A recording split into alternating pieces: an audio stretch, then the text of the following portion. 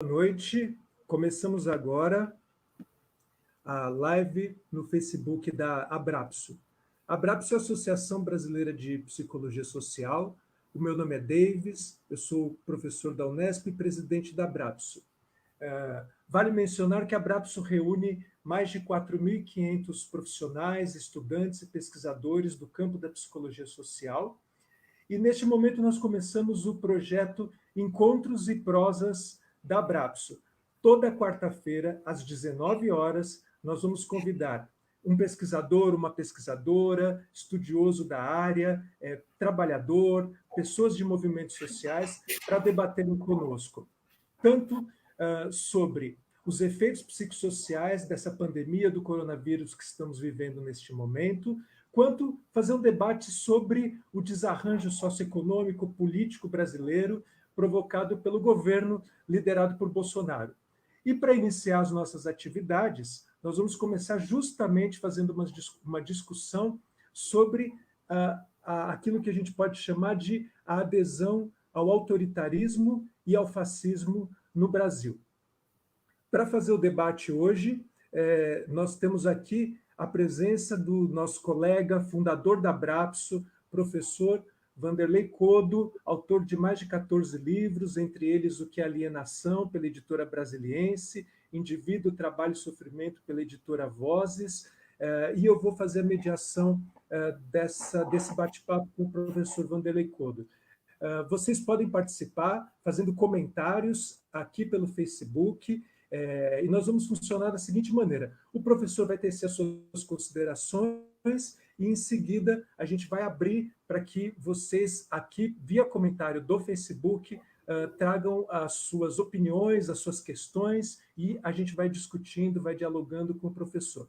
É isso. Professor Vanderlei Codo, boa noite, seja muito bem-vindo a essa primeira live do projeto Encontros e Prosas, e a sua casa, que é a Abrapso.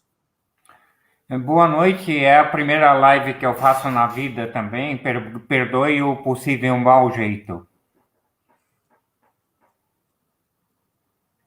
Ok, a questão que vai estar em pauta hoje é a questão do fascismo no Brasil, ou a versão Bolsonaro do fascismo. Isso é uma primeira live de uma série de 4. A segunda é por que o povo escolhe o fascismo, qualquer povo de qualquer país, em qualquer momento histórico. A terceira é sobre o crescimento atual e mundial do fascismo, quer dizer, essa onda fascista que está acontecendo nos dias de hoje. E a última, a quarta, é por que o fascismo ganhou no Brasil. Algumas palavras sobre fascismo, né? Você pode entender fascismo como um método, como um sistema, como uma ideologia, como uma doutrina política. Eu estou usando aqui o fascismo como uma doutrina, entendendo que isso implica necessariamente em uma ideologia. Sobre a questão do fascismo como sistema de gestão de um país, nós vamos discutir um pouquinho isso no final dessa live, né? Então, é difícil ter uma definição. Os autores todos não concordam que é muito difícil fazer uma definição do fascismo, exatamente porque o fascismo ele se apresenta como negação. Ele não é, ele é a negação de tudo. Um bom exemplo disso é a necessidade imperativa de um inimigo que o fascismo tem. O fascismo ele acaba se estruturando sobre o inimigo.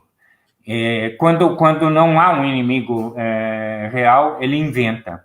E quando há um inimigo real, ele pega e expande esse inimigo para todas os adversários que ele tenha. Então, essa é uma primeira questão. Essa é uma primeira questão. O fascismo não tem adversário, só tem inimigos, né? Isso é verdade para Hitler, isso é verdade para Mussolini, isso é verdade para Franco, isso é verdade para Salazar. Nós vamos nos orientar aqui muito sobre um texto do Umberto Eco, que foi uma conferência inicialmente despretensiosa que ele fez para os estudantes norte-americanos que estavam sentindo a ameaça do fascismo na época. Isso ele chamou a palestra de fascismo eterno, ou urfascismo, já pela denominação, aceitando que o fascismo tem várias faces de fascismo. Então, você tem uma versão nazista, você tem uma versão franquista, você tem uma versão de salazarista, e você... É difícil contar quantos países tiveram uma forte influência fascista naquele período. No Brasil, nós tivemos a ação integralista, né? Os camisas verdes do Plínio Salgado, que foi um partido de forte inspiração nazista que aconteceu no Brasil. O mundo estava coalhado de grandes iniciativas fascistas. Essas que nós estamos citando mais vezes é porque elas acabaram tomando o poder e se transformando num sistema, né? A primeira questão, então, a ressaltar, eu já falei um pouco sobre isso, é a questão da égide de um inimigo, né? Se desaparecer o inimigo, o fascismo inventa outro.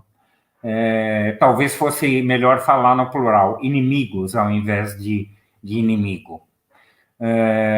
Os judeus, para Hitler, é o exemplo mais acabado do inimigo inventado pelo fascismo, né?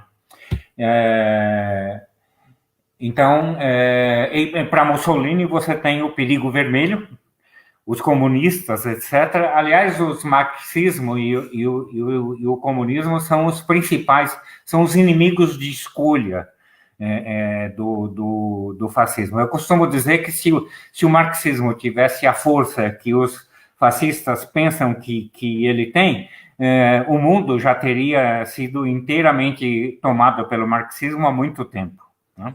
Eles são melhores em caracterizar a força do marxismo do que nós mesmos. Nós nunca achamos que temos a força que eles sempre acharam que nós tivemos. Em Bolsonaro, essa coisa é clara, né? É muito clara. Sobre o inimigo do comunismo, vocês conhecem vários exemplos, eu vou citar apenas alguns. Uma frase de campanha que ficou famosa: essa é a nossa bandeira, que jamais será vermelha. Ela só será vermelha se for preciso sangue para mantê-la verde e amarela.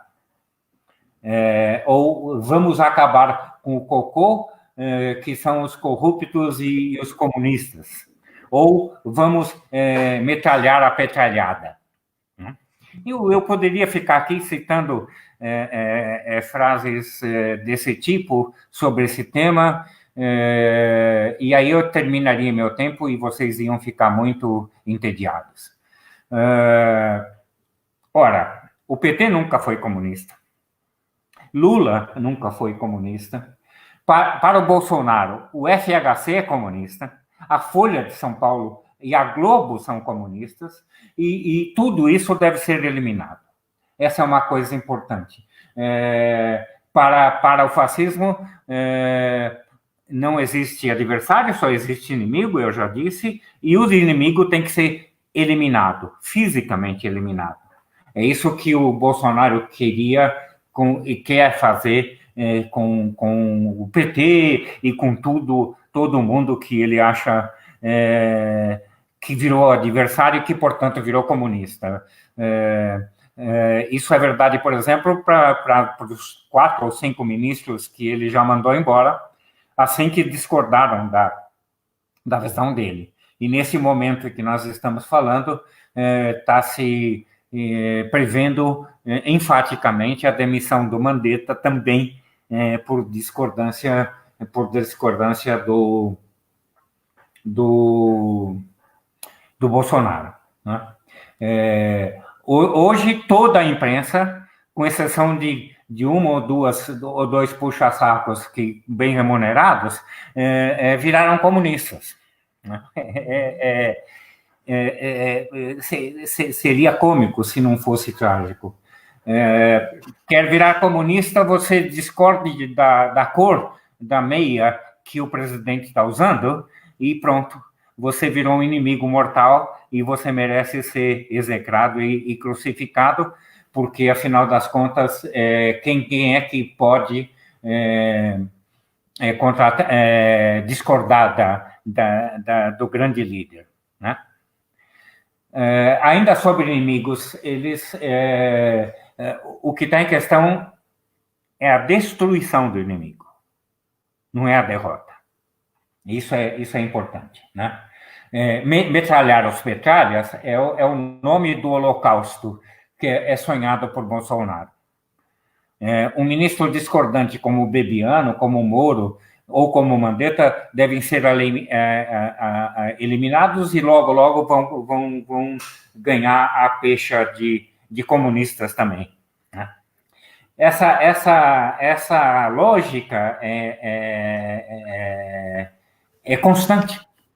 Essa lógica é perene em todo movimento fascista. Você coleciona inimigo, você inventa os inimigos quando eles não existem, ou aumenta de tamanho quando eles existem, você transforma os aliados em inimigos, e transformar os aliados em inimigos é a principal virtude do Bolsonaro.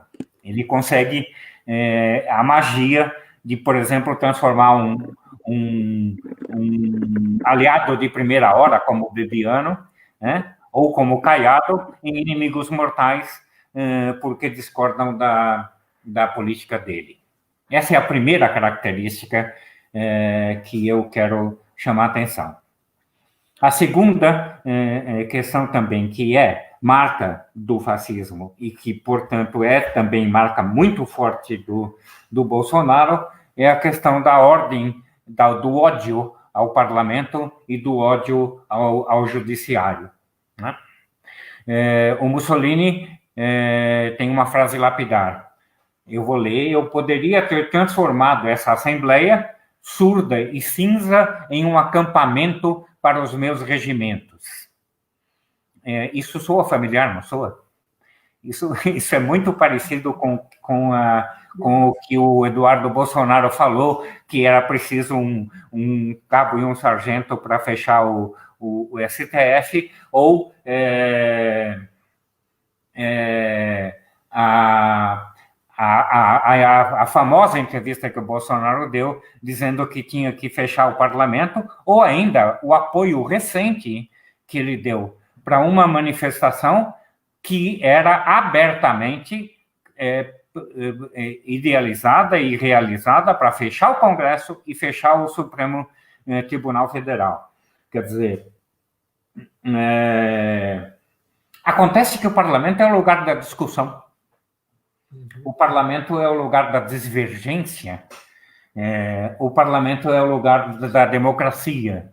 E esse é o ponto mais odiado pelos fascistas. Isso é exatamente o que os fascistas não suportam, né? Não aguentam. É preciso ter concordância absoluta com o chefe. Então, nada parecido com o Bolsonaro, né? Nada mais parecido, nada mais odioso, desculpe, do que o parlamento, do que um sistema judiciário que atrapalha a concepção do fascismo, do nazismo, do bolsonarismo. não é? Uma outra característica é a burrice.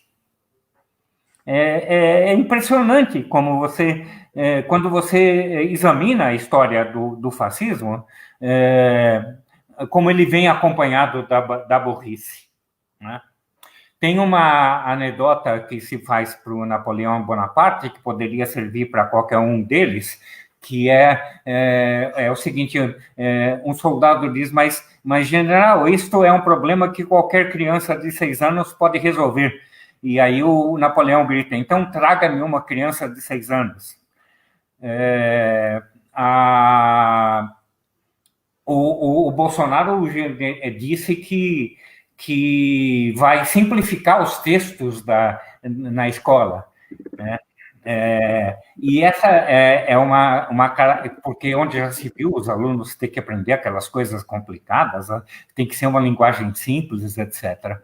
O Eco chama isso de nova língua, baseado no George Orwell, né? Na distopia do George Orwell, 1984. Os textos escolares têm que ser lexopobre, eu estou citando literalmente Humberto Eco, lexopobre e uma sintaxe elementar, para limitar os instrumentos de um raciocínio complexo e crítico. Exatamente o que Bolsonaro quer fazer com os livros escolares. E o Bolsonaro, assim como Hitler, não é capaz de fazer um discurso de mais de 5 minutos. Né? A fala dele leva 5 a 10 minutos e no máximo, e no geral, repete o mesmo argumento 50 vezes no tempo que ele fala.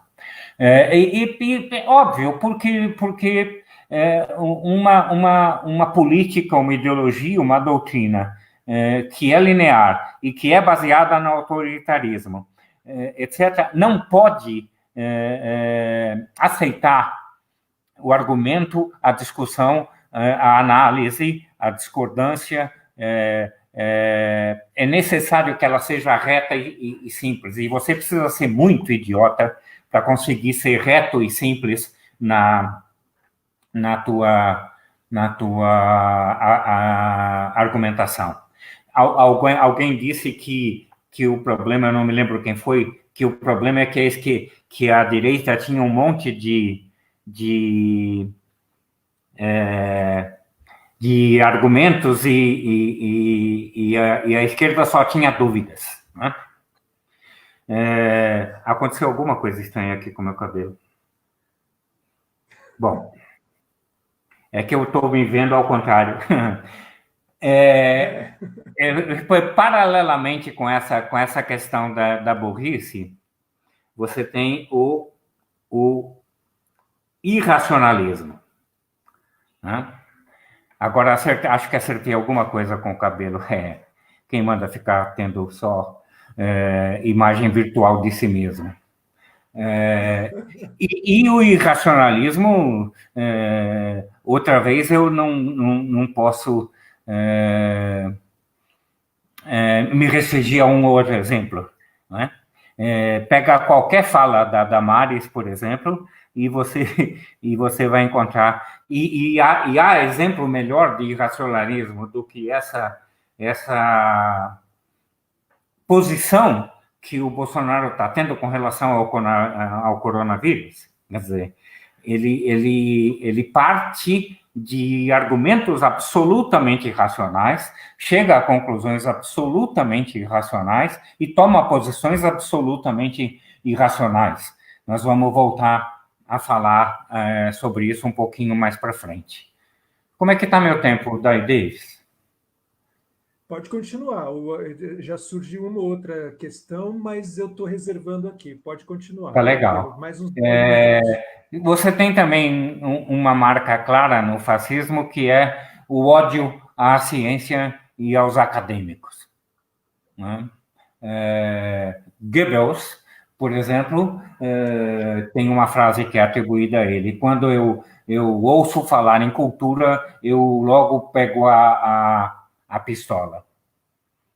ou ainda expressões como porcos intelectuais, cabeças ocas, snobs radicais, a universidade são um ninho de comunistas, as universidades federais são madraças da doutrinação. Vocês já ouviram isso em algum lugar? O nosso ministro da Educação, por exemplo, chama as universidades federais de madraças da doutrinação, tal e qual se fazia com Hitler ou com Mussolini. E para Olavo de Carvalho, as universidades no Brasil são, em primeiro lugar, ponto de distribuição de drogas. Em segundo, locais de suruba. A propaganda comunopetista fica em terceiro lugar. Não preciso ficar falando mais sobre isso. Os ataques que o ministro da Educação faz à educação são muito evidentes em si mesmo, não precisam ser explicados por ninguém. Outra característica, o culto ao heroísmo, o culto à morte. Não é? Os mortos do Brasil são glorificados. A polícia, se mata 40 mil, tem que matar 80 mil. A frase é do Bolsonaro. Todo mundo tem que ter armas para poder, para que nos matemos uns aos outros. Não há outra razão para que você tenha uma arma. Um revólver não serve para fritar um ovo. Um revólver serve para matar outra pessoa. Por último, porque eu quero reservar tempo para o debate, nós temos aqui uma autêntica jabuticaba.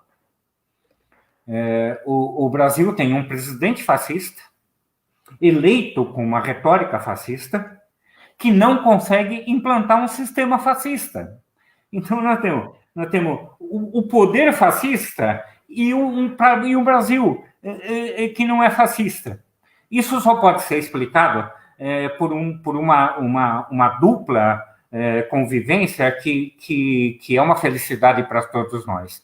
A ignorância e a incompetência, a covardia, desculpe, e a incompetência do nosso presidente da República. Ele não é capaz de fazer o que ele quer fazer, ou porque não sabe, ou porque é covarde. Hoje ele conseguiu ter Supremo Tribunal Federal, outros tribunais federais, Câmara dos Deputados, Senado, governadores, prefeitos, ex-aliados, ex-ministros, todos contra ele. Quer dizer, não há nenhuma força política que se alie. O último é Caiado. Caiado é uma coisa extremamente significativa. Aquilo foi aquilo é o DR. Aquilo foi aliado de primeira hora do Bolsonaro, pronto, já virou um inimigo. Então, ele não consegue nunca ter um grupo de apoio suficiente para transformar a doutrina fascista num sistema. Não é? E covardia. O Haddad, há pouco tempo, reclamou: poxa, mas então um presidente precisa consultar os militares para demitir um ministro? E aí os militares dizem que é para não demitir, ele pega e não demite. Ele é covarde em quase tudo que faz. Ele volta para trás. O mais comum do governo Bolsonaro é ele tomar uma decisão hoje, voltar para trás amanhã, depois voltar para trás de novo no dia seguinte, e aí por diante, etc. Hoje, nós estamos numa situação que nós um dia vamos rir disso. O presidente da República faz um movimento infantil. O movimento estudantil não é muito mais sofisticado do que... então, ele pega e vai numa padaria, em sinal de protesto, a uma medida do coronavírus que foi feita pelo governo dele. Eu não consigo imaginar uma coisa assim, um presidente fazendo um protesto infantil contra si mesmo, contra o próprio governo. O próprio governo está totalmente contra ele e se manifesta claramente contra ele. Ele fala X, o Mourão vem para a TV 5 minutos depois e fala Y e faz de conta que nada houvesse. Por sorte nossa, nós temos um fascista que não é competente o suficiente para transformar o Brasil num regime fascista. Era isso que eu queria conversar com vocês. Muito obrigado pela paciência. Vanderlei, estamos aqui. Eu vou te dizer que nós temos ao vivo com a gente pessoal de Goiás, de São Paulo, de Minas Gerais, Montes Claros, tem o pessoal lá de Betim, da PUC de Minas, enfim, as pessoas estão acompanhando a gente e te ouvindo com muita atenção. Já trouxeram algumas questões para a gente começar a conversar. Então, eu fui aqui combinando com as pessoas e pedindo para elas mandarem pelos comentários do Facebook as questões para você. Vou reforçar. Todo mundo que tiver questões, que queira tecer comentários, traga aqui para o Facebook, eu vou levando para o professor Vanderlei Clodo e a gente vai conversando. Bom, eu vou começar pela questão da Hebe de Camargo Bernardo. Ela perguntou o seguinte: se você concorda com essa tendência totalitarista dos fascistas, se você concorda que essa tendência totalitarista dos fascistas pode ser analisada, considerada a partir de uma personalidade perversa, egóica por parte de um líder, e aí carrega uma série de alienados juntamente com ele. Eu vou trazer depois a questão, acho que a gente pode ir uma por uma, né, Vanderlei? Vamos uma por uma, a gente não está isolado em casa, então tem tempo. Eu não sou um clínico, eu não opero com a lógica da clínica. Os clínicos com quem eu tenho conversado e o pouco que eu conheço da área apontam sim para uma personalidade perversa, assim como apontam para a paranoia. E a perversão e a paranoia me parecem que são requisitos psicodinâmicos necessários para você poder ser um líder fascista. Você tem que se sentir perseguido por todo mundo. E o Bolsonaro é bom nisso. Ele sabe muito bem como é que faz para ser perseguido por todo mundo. Ele dorme com revólver embaixo do travesseiro, dentro do Palácio do Planalto, e eu desconfio que ele olha toda noite antes de dormir para saber se não tem um jacaré embaixo da cama dele. Uhum. É verdade. A Hebe complementou perguntando se você entende que será que em algum momento os seguidores do Bolsonaro e do seu governo vão perceber esse nível de infantilidade que eles manifestam? Já perceberam, muita gente já percebeu. Você pega a última manifestação em São Paulo, reuniu um punhadinho de gatos pingados. Né? Você pega aliados, inclusive político-partidários, que estão visceralmente contra o governo. Você pega o Maia e o Alcolumbre falando, fica parecendo liderança da oposição. A grande maioria dos aliados já percebeu. Esse núcleo duro, que é composto, eu até anotei aqui, que é composto pelo Weintraub, pelo ministro da Educação, né? Que é composto pelo Ernesto Araújo, que é o ministro das Relações Exteriores, que é composto por Damares, que é uma espécie de lantejoula, que é capitã do irracionalismo no grupo, e que é todo ele capitaneado doutrinado pelo Olavo de Carvalho. O Olavo de Carvalho deu uma entrevista na Veja, perguntaram para ele quem era o governo, e ele respondeu, CEMOA. né? Esse grupo pequeno, esse grupo desse núcleo duro, não vão nunca. Não é que eles não vão perceber, eles já perceberam. E é exatamente o que eles querem. Então, o Bolsonaro é o grande representante deles no governo. E outro núcleo que não vai perceber é esse antipetismo, anti-esquerdismo histérico que assola o Brasil e assola o mundo inteiro. Quer dizer, você tem sempre uma parcela das forças sociais e da massa, do povo, que não admite a ideia, por exemplo, de divisão de riqueza e coisas do tipo. Esse núcleo não vai perceber. Esse núcleo está no seu território. Uhum. O Regis comentou com a gente aqui, ele gostaria que você dissesse alguma coisa sobre a questão da relação fascismo e a dimensão miliciana do Bolsonaro. Ele comenta o seguinte: no bolsonarismo existem algumas particularidades, tais como, por exemplo, em outras doutrinas fascistas nós tínhamos um discurso nacionalista. O Bolsonaro é pela destruição do Estado, né? E é um entreguista. E aí ele diz o seguinte: em Bolsonaro temos a lógica do caos, quanto melhor, pior. Quanto pior, melhor, aliás, né?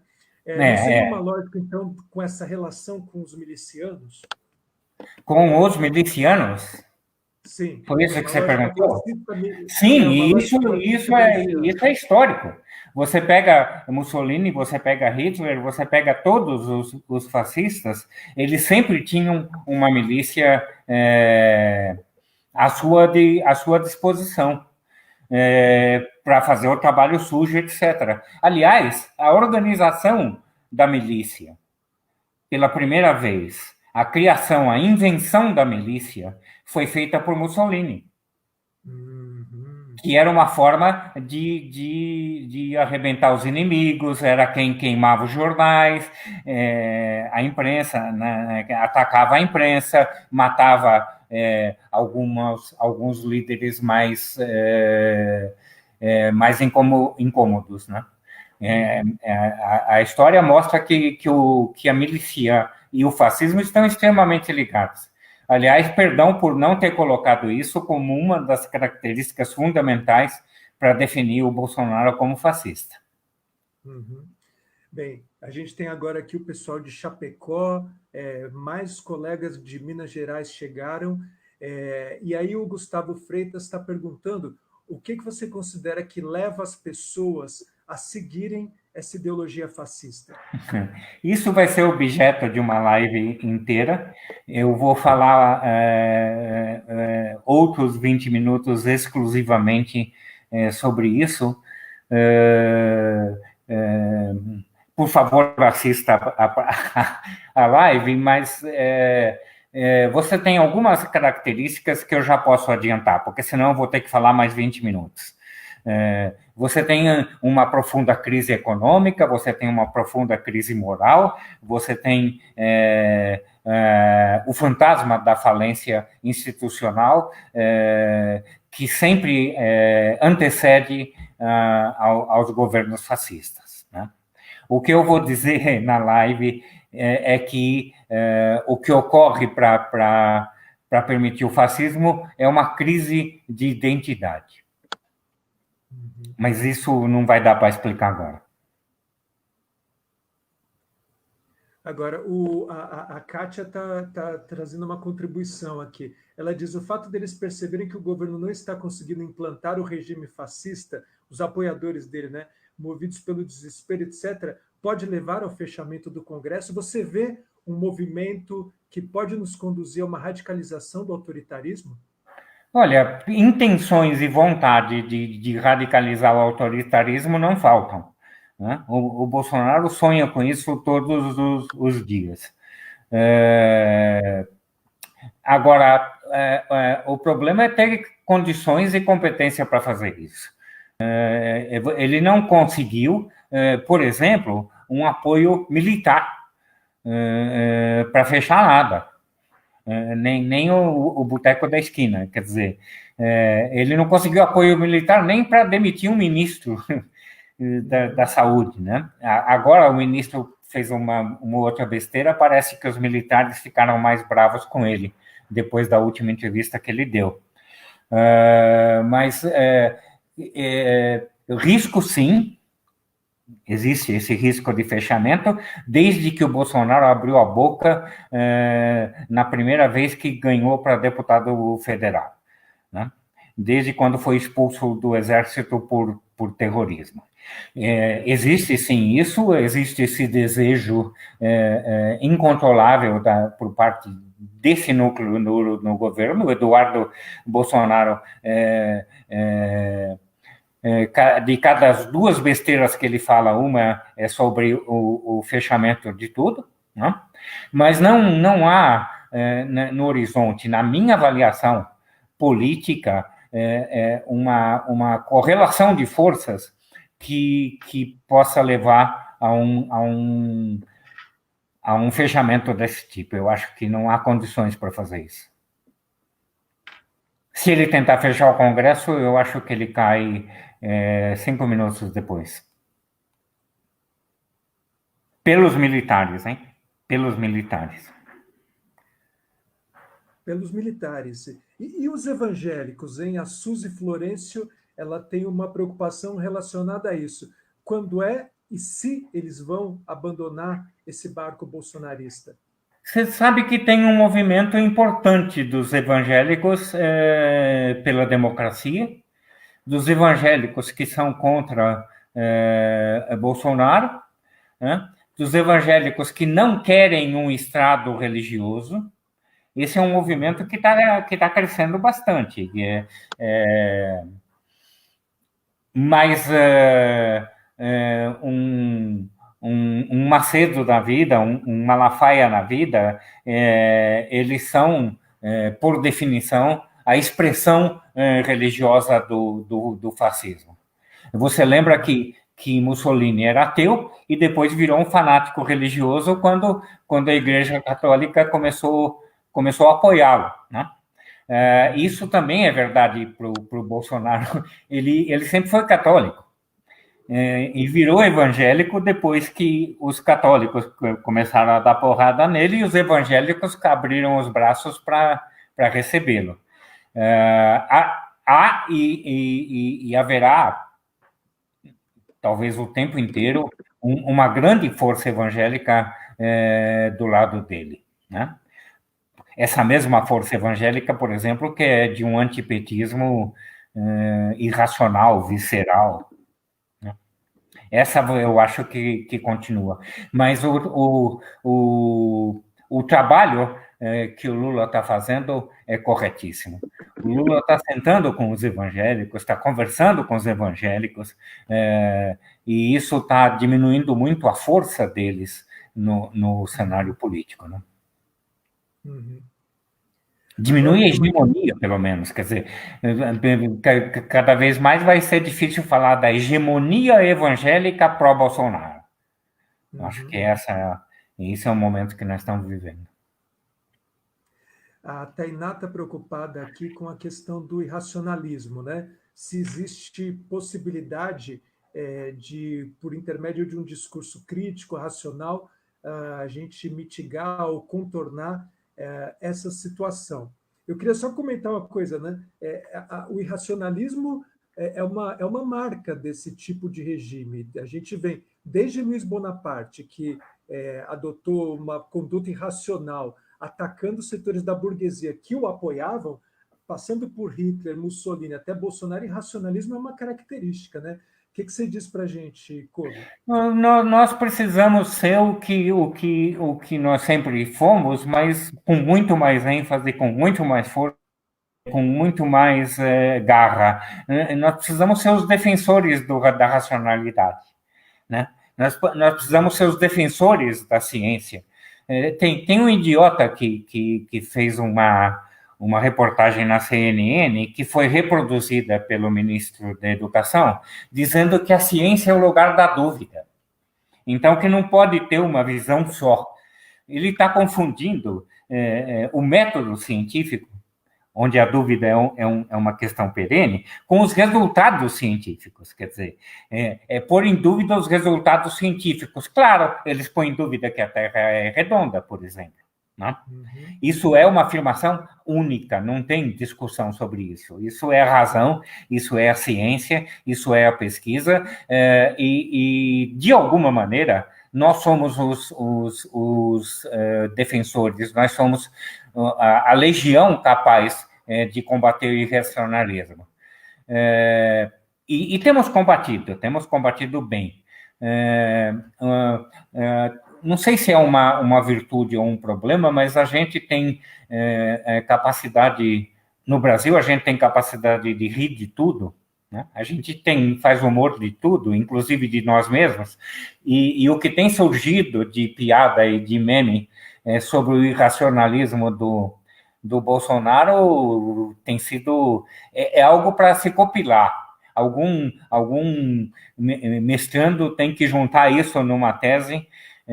Vai ficar meio grande, mas é delicioso você ver o combate que o humor está fazendo ao irracionalismo.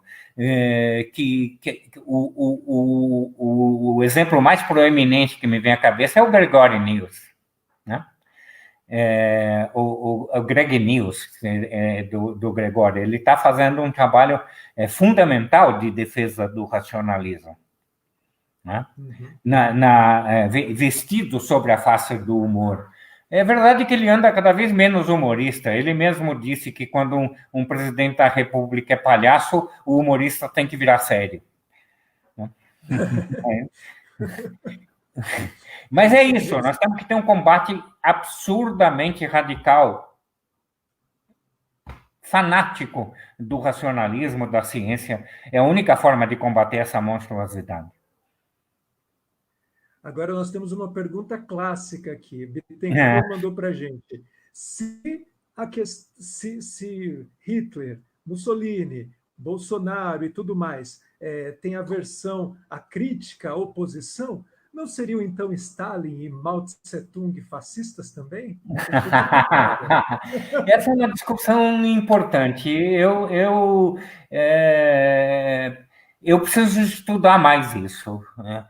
Eu hoje não saberia dizer se o autoritarismo do Stalin ele era fascista. Você tem muitos autoritarismos que não são fascistas, né? A direita na França, por exemplo, o Le Pen, por exemplo, ele tem uma estrutura de extrema-direita e eu não consigo enxergar fascismo ali. Então, a resposta para o Stalin, eu vou ficar devendo, eu vou ter que estudar mais, porque como comunista, eu sempre fui crítico do Stalin, então não o li como cientista, eu li como militante político para dar porrada. Então, não tenho uma concepção acabada sobre isso. Uma das questões é que, normalmente, os comunistas, nós que estudamos e que aderimos ao materialismo histórico dialético e tudo mais, a gente tem uma crítica à redução das liberdades, à redução das possibilidades de convivência pacífica, etc., que o socialismo real, de alguma maneira, que ocorreu no socialismo real. E essa crítica vem no sentido do aprimoramento de possibilidades de convivência numa outra sociedade que não é capitalista, o que não acontece nos grupos fascistas, né? Oi, tua voz sumiu na última frase. Eu disse que essa crítica que a gente costuma fazer a certas experiências que no socialismo real reduziram liberdades, a gente faz essa crítica. O fascismo não faz. Ele olha para outras experiências do fascismo e glamoriza a perseguição, a redução de liberdades e tudo mais, né? Eu acho que eu entendi, mas dá um jeito aí no teu som que ele ficou ruim de repente. Eu hoje, meu amigo, eu hoje me considero um socialista democrático, um comunista democrático, alguém que continua lutando contra a opressão de uma classe pela outra, mas que não, que primeiro não abre mão da questão democrática, e segundo, considera sim os sistemas que acabaram vingando como comunistas como sistemas que têm um viés autoritário que hoje eu reprovo. Eu acho que Kautsky hoje é um bom leitor para nós todos. Ele defendia a democracia como valor universal, né? E foi o criador da real social-democracia, né? Da social-democracia que depois virou, foi deturpada por todo mundo, principalmente pelo Partido Social Democrata no Brasil. Hoje o Lula é um grande social-democrata, na minha avaliação, é o maior social-democrata do mundo, e é sem dúvida quem pode tirar o país desse lamaçal onde ele se encontra. E ele nunca foi comunista nesse sentido que você está falando.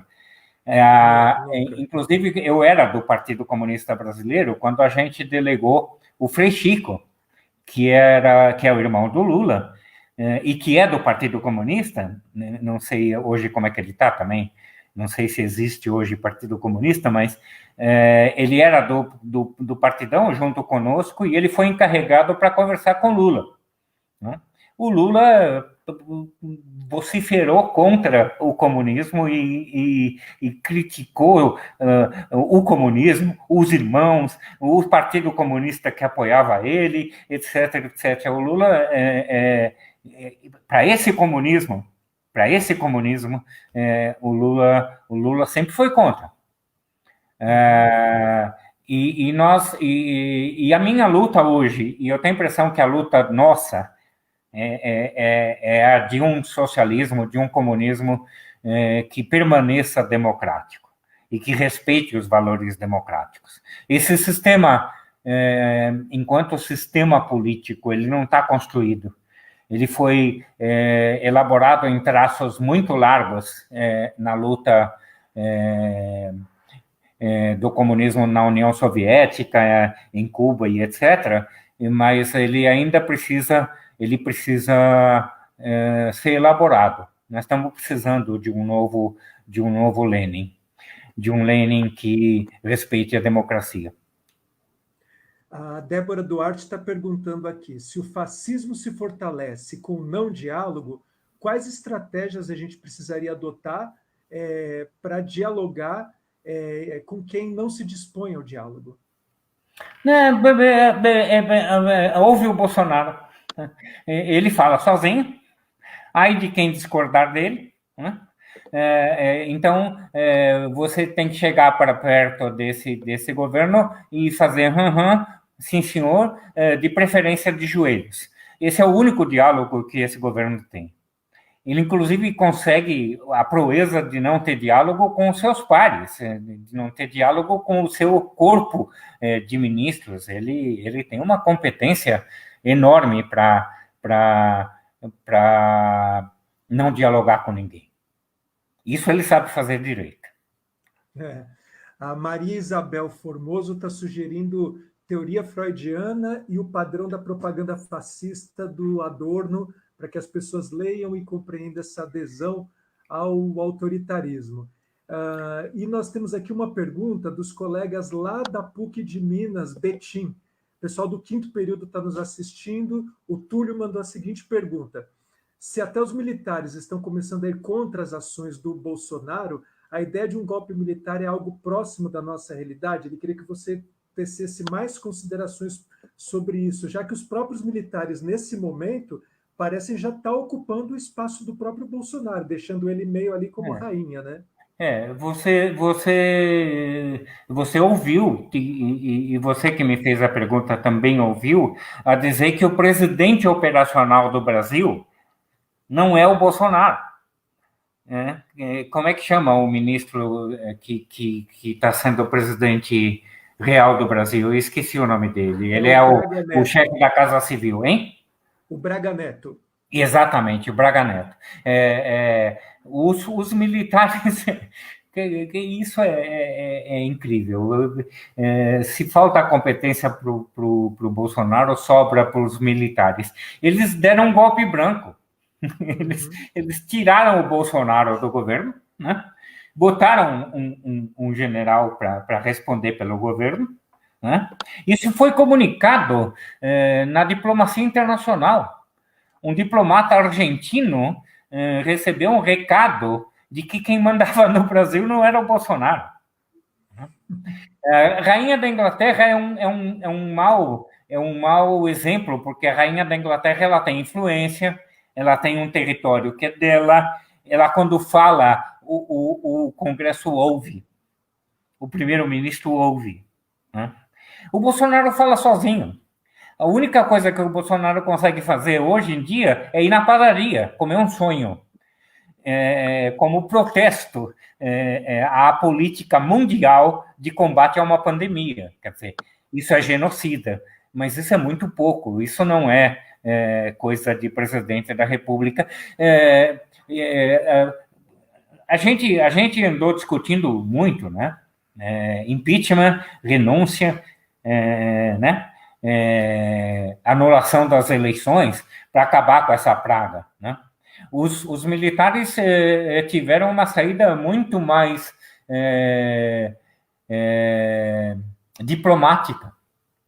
Eles simplesmente tiraram o Bolsonaro do poder e botaram outro cara lá. E pronto. Né? E o Bolsonaro é covarde o suficiente para não bater o pinto na mesa, perdoe a má palavra, e impor a sua autoridade. Quer dizer, ele tentou fazer isso. Ele tentou fazer isso sistematicamente, né, no primeiro ano do governo. E ele voltava para trás no dia seguinte. Um milico qualquer ligava para ele e dizia: chefinho, não foi assim que nós combinamos. E pronto, quer dizer, e o que vai acontecer com daqui para frente? Vai acontecer que o Bolsonaro vai falar cada vez mais sozinho.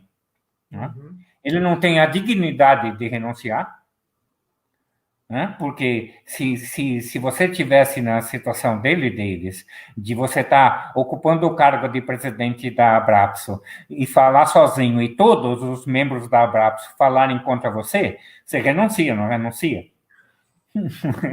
Mas ele não tem coragem para isso, ele não tem hombridade, ele não tem um mínimo de sentimento moral para isso. Ele vai ficar lá e ainda vai rezar para ser reeleito.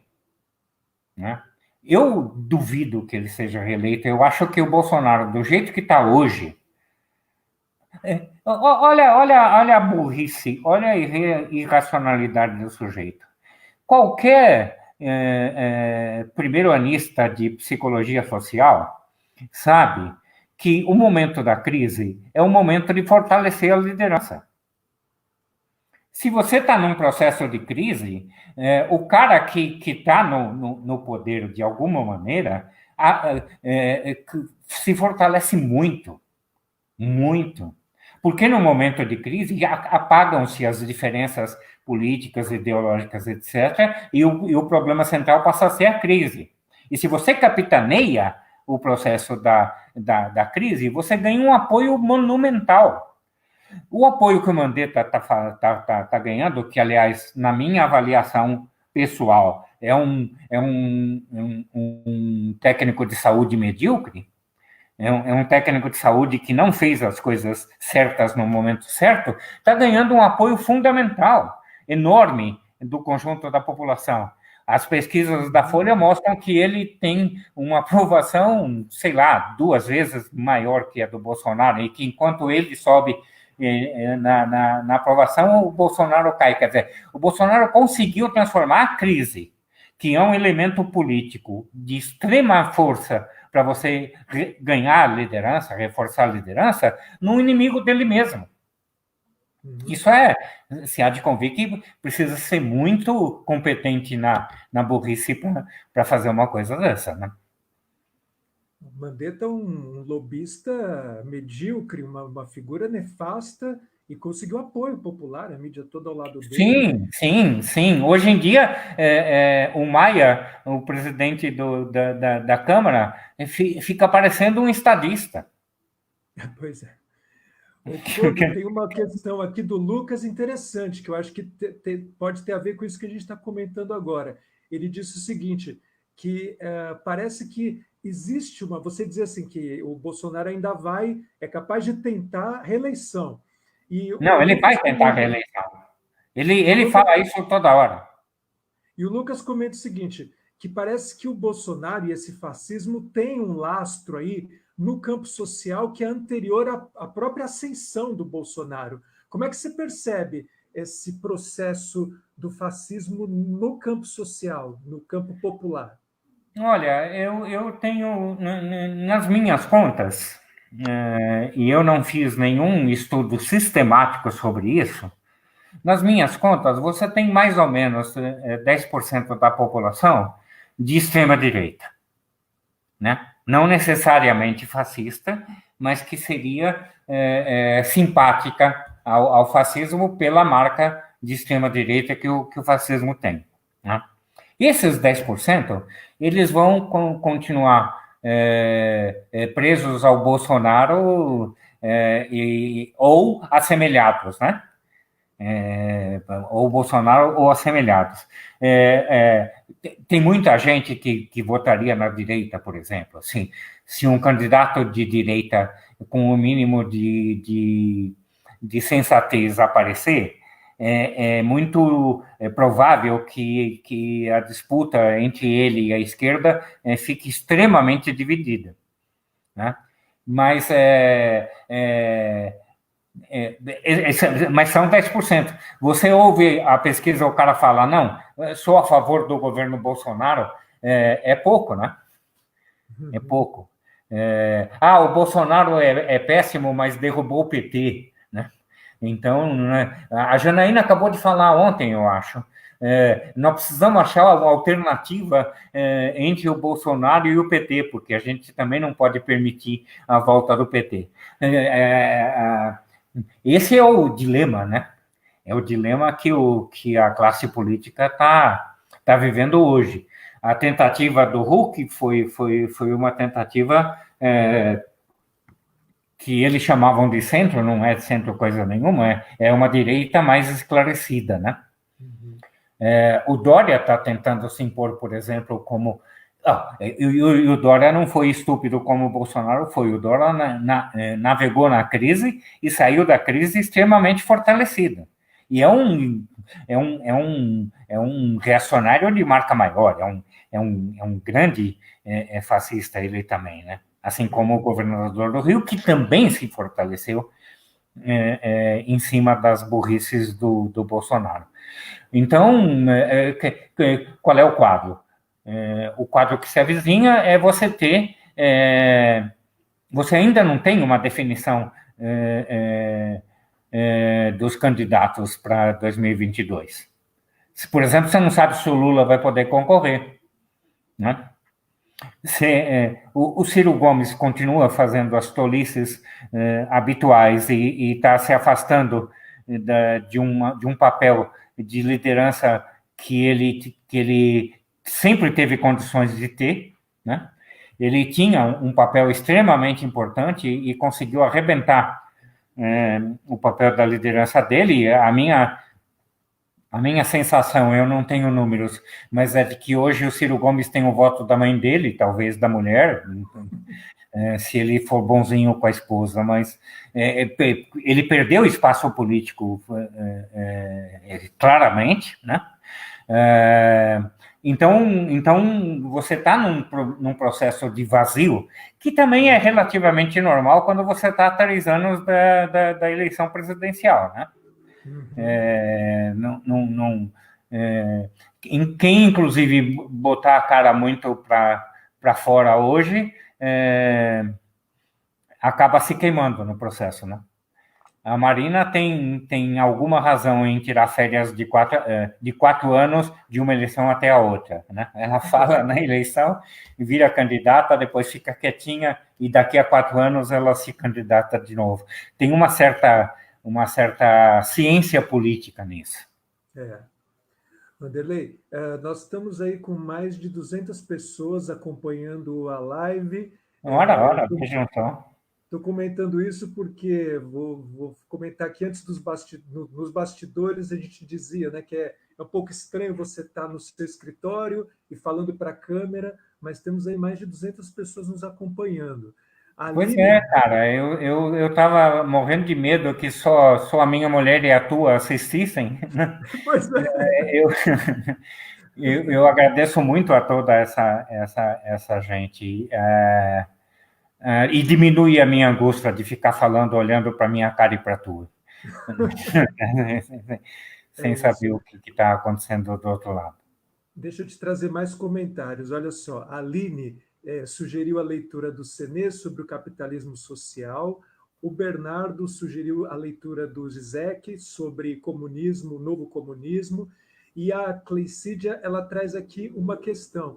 Ela pergunta para você, o que está ameaçado é a democracia ou é a república na realidade bolsonarista?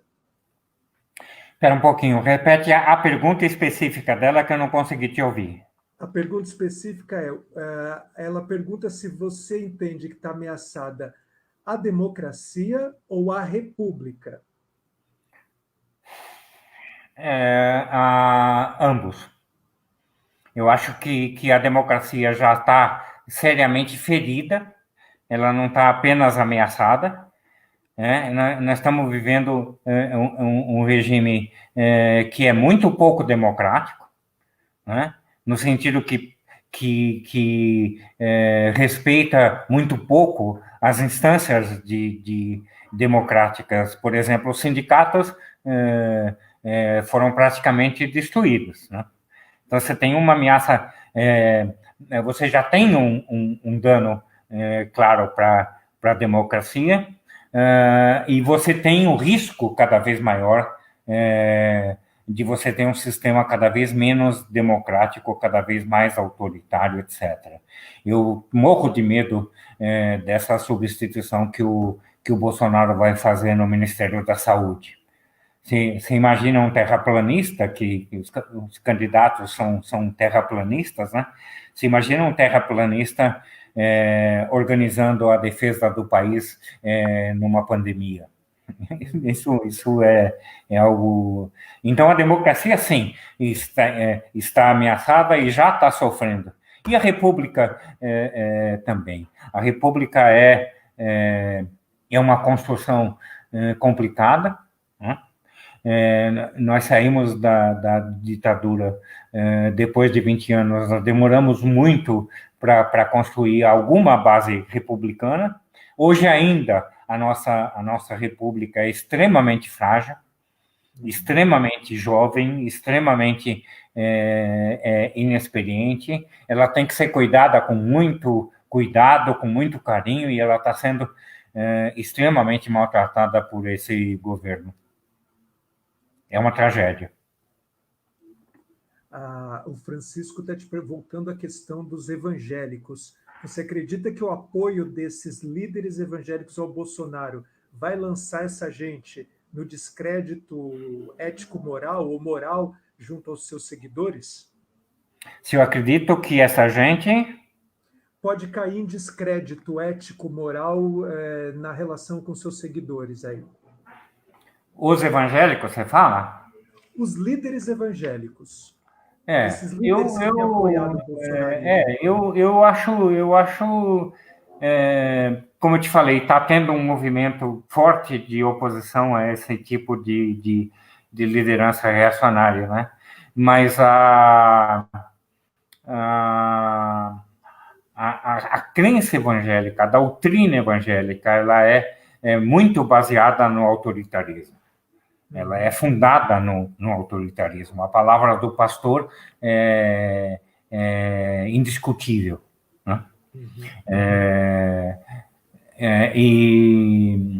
E o crescimento desse pessoal tem sido fantástico. Então, eu acho difícil essa gente fazer autocrítica. O que pode acontecer é essa gente achar um cara que é um pouquinho mais esperto para fazer o trabalho deles do que o Bolsonaro. Aí, né? Tem muitos caras aí que dizem que vão ser candidatos e tal, né? Se aparecer um Edir Macedo um pouquinho mais espertinho, mais articulado, menos imbecil, é bem capaz deles pularem do barco, mas para ir para um outro dirigente autoritário. Não vai ser para apoiar a democracia de ninguém, não. Nem o centro eles admitem, né? Nem o chamado centro eles admitem, tipo PSDB, essas coisas, nem isso eles querem, né? A Jéssica quer um comentário seu sobre uma questão bastante específica, que é a ideia do Dória de prender gente em praça pública, que tiver em praça pública. O que você considera disso? Dória prender Dória gente? prender gente em praça pública nesse momento, que está circulando. O pessoal que não O está Dória aguardando prender falar. gente, é isso que você está falando? Isso, é. É porque o teu som, de repente, ficou ruim para mim. Aquilo foi um golpe publicitário excelente, né?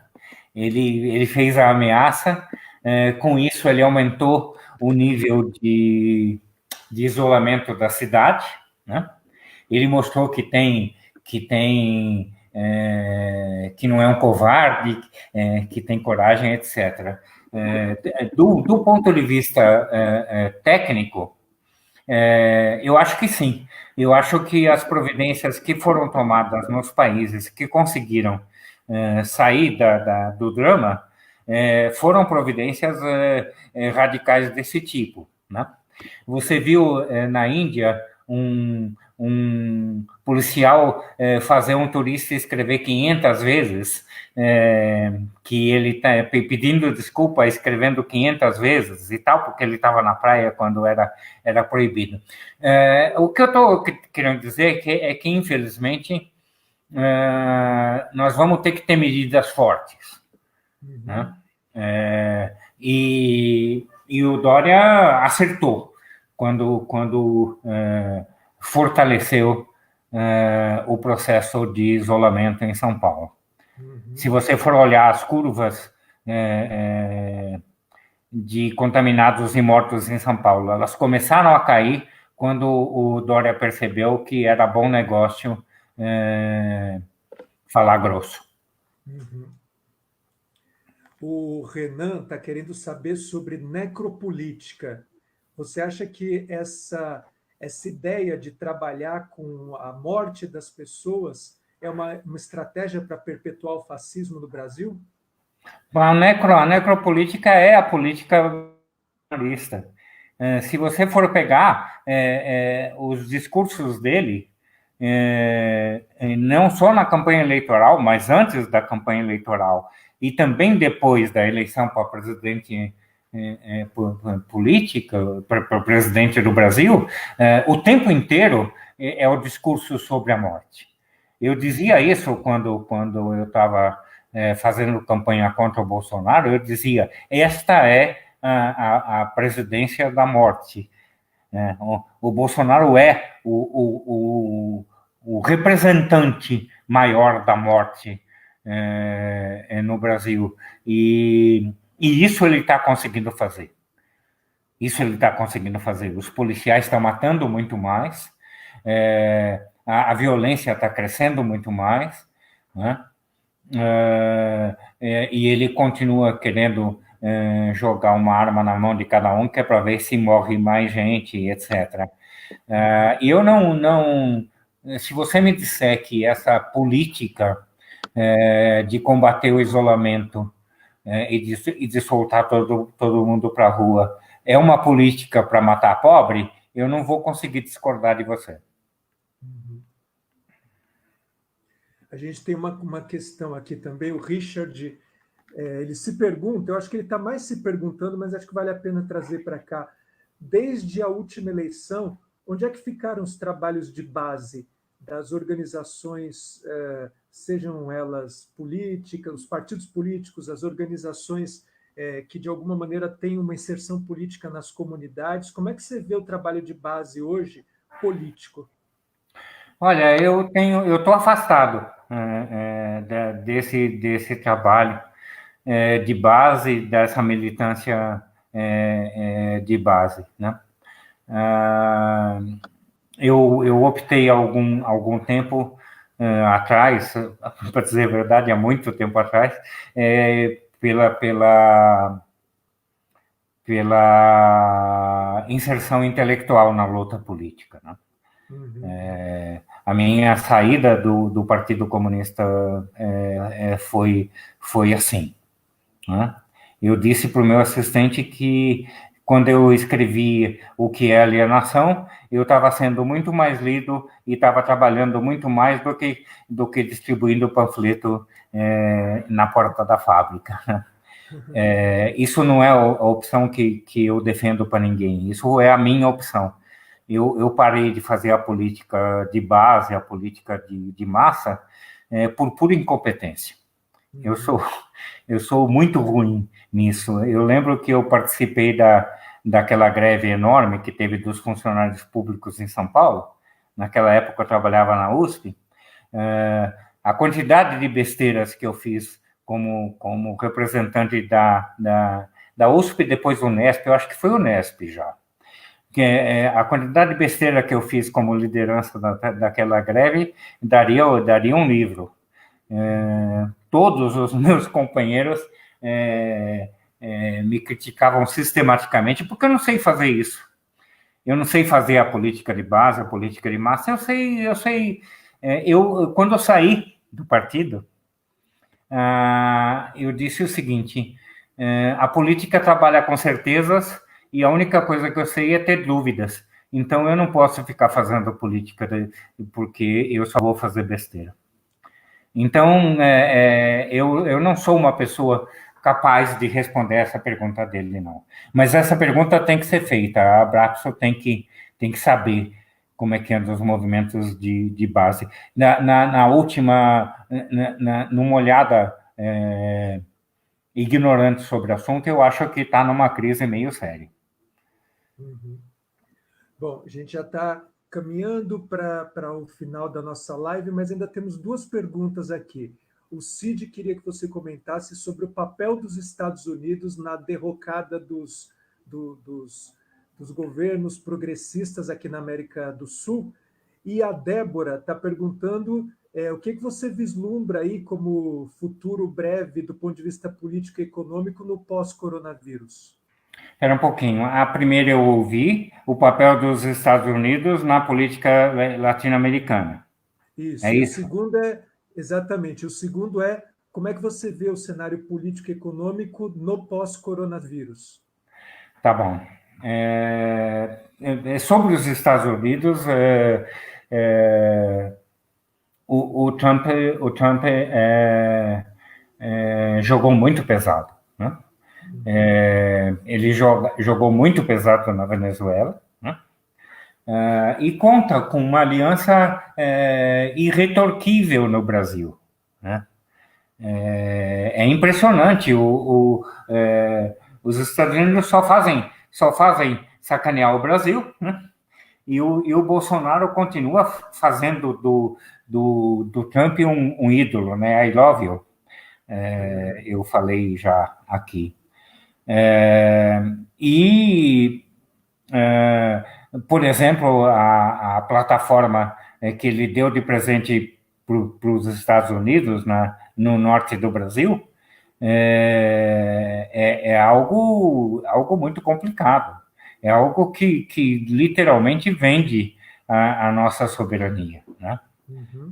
Isso é verdade para quase toda a política norte-americana para o Brasil.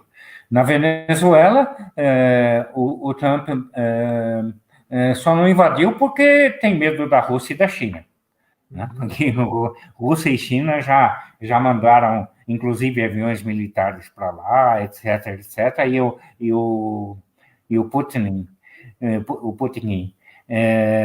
avisou com todas as letras que se metesse a mão na Venezuela ia ter briga, né? Uhum. Mas é uma influência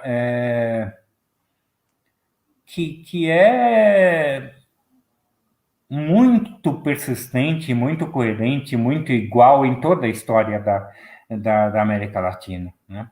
Os marines norte-americanos estacionaram na costa brasileira na época do golpe da ditadura militar. Eles estavam prontos para agir. E isso é uma coisa perene, né? Que inclusive continuou com Obama. O Obama foi um excelente presidente para dentro e ferrou todo mundo para fora. Muito parecido com Kennedy, né? Que, se você lembra. Isso é uma coisa que não muda. É algo que é uma notícia no Jornal Nacional que você pode repetir de mês em mês, que ela vai ser rigorosamente idêntica. Tá? Essa é a primeira questão. A segunda eu esqueci. É sobre o período aí, como é que você percebe a política e a economia no pós-Covid. A resposta está sendo dada agora. Né? O Meirelles, por exemplo, fala em imprimir dinheiro. Né? Andei conversando com alguns economistas e isso é uma coisa extremamente sensata, né? E que, inclusive, não gera inflação, porque quando você está com crescimento negativo, a impressão de dinheiro não se traduz em inflação, né? O Lula também colocou isso com clareza, quer dizer, você tem que distribuir dinheiro para a população necessitada, né? O caminho que o Paulo Guedes está tomando é o caminho avesso, né? É de fazer proteção aos bancos, né? Proteção às grandes empresas, direito de demissão, e aí o governo vai e cumpre quando a empresa exagera um pouco, dá uma ajudazinha, etc, etc. Se a política do nosso posto Ipiranga vingar, o que vai acontecer pós-Covid é a recessão mais profunda que o Brasil já viveu em toda a sua história. A única chance que nós temos é a derrocada da política do Guedes, ou pelo Congresso, que anda fazendo umas coisas importantes nesse sentido, ou pelas forças políticas de base que vão precisar se organizar muito para poder dar uma resposta para a crise que está se vivendo, né? Mas você tem uma encruzilhada. Ou você tem a corrida desenfreada para salvar o capital, ou você tem a corrida desenfreada para salvar o trabalho. Você não tem opção intermediária. Muito bem. Vanderlei, eu quero que você encerre a nossa live, mas antes eu quero dar um recado. Primeiro, a Gisele está querendo saber onde você vai fazer as próximas lives. Eu disse para ela que você ainda não tem isso definido, mas a gente vai conversar. Podemos fazer para colocar no YouTube da Abrapso, ou certamente nós vamos divulgar onde você resolver fazer as suas lives, a gente vai divulgar. Sim. Fala. E só para encerrar a minha parte aqui e passar para você com as suas considerações finais, eu quero avisar todas as pessoas que estão nos ouvindo que o Encontros e Prosas da Abrapso vai acontecer a partir de agora, toda quarta-feira, às 19 horas. Semana que vem, a gente vai estar com o pessoal da Rede Unida para discutir saúde pública. Depois nós vamos ter a temática indigenista, junto com o Observatório Indigenista do Rio Grande do Sul. Vamos discutir também a questão da racialidade e negritude no começo de maio, e vamos divulgando a nossa agenda aqui pelo Facebook da Abrapso. Dito isso, eu quero agradecer muito, Vanderlei, por ter inaugurado o Encontros e Prosas, e quero deixar para você fazer as suas considerações finais com um abraço carinhoso de toda a Abrapso. Ok, sobre as lives eu realmente não tenho nenhuma ideia. Eu na verdade terminei a elaboração dessa divisão nas 4 lives, preparando essa daqui, né? Uhum. Eu estava com tudo isso na cabeça, estava muito confuso tudo. Eu só fiquei sabendo do que eu ia fazer há uns 2 dias atrás. Porque o tema é enorme e porque eu sempre falei e conversei sobre trabalho, né? Eu nunca conversei sobre psicologia política. Eu estou debutando nessa área aqui na live da Abrapos. Então, então não sei onde é que vai acontecer, nem sei a forma que vai ter daí por diante. E eu sei que a Abrapos, sei que eu posso contar com a Abrapos e na época. Primeiro também que precisa estar pronto, né? Porque essas outras coisas ainda precisam de leitura, elaboração, etc, etc. É, ok. Por várias razões que não vêm ao caso, eu fiquei muito afastado, particularmente da Abrapso, durante muito tempo. E a minha decisão de voltar foi uma decisão acertada. Esse aqui é o meu lugar. Esse é o lugar onde eu posso aprofundar as minhas ideias, onde eu posso ser ouvido por 200 pessoas, mesmo que seja no computador. E o carinho com que a Abrapso me recebeu de volta e o carinho com que todos vocês tiveram a paciência de me ouvir é algo impagável.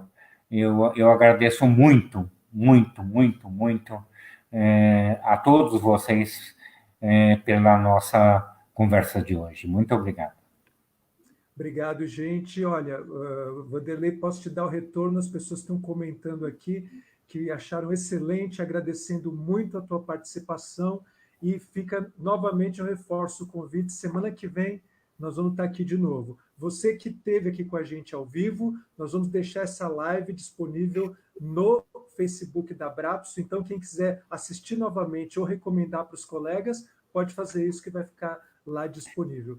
Tá, eu Obrigado, viu, posso Vanderlei? passar para o meu Facebook também? Posso, né? Dar um Pode, endereço no pode. meu Facebook, né? Pode sim. Eu É. vou compartilhar com você lá. Aquelas coisas, irmão, tia, sobrinho que vão querer ver, esse negócio assim. Exatamente. É. Obrigado, um abraço para todo mundo, Valeu, especial para obrigado, você, obrigado, Vanderlei. David. Obrigado a todo mundo. Até.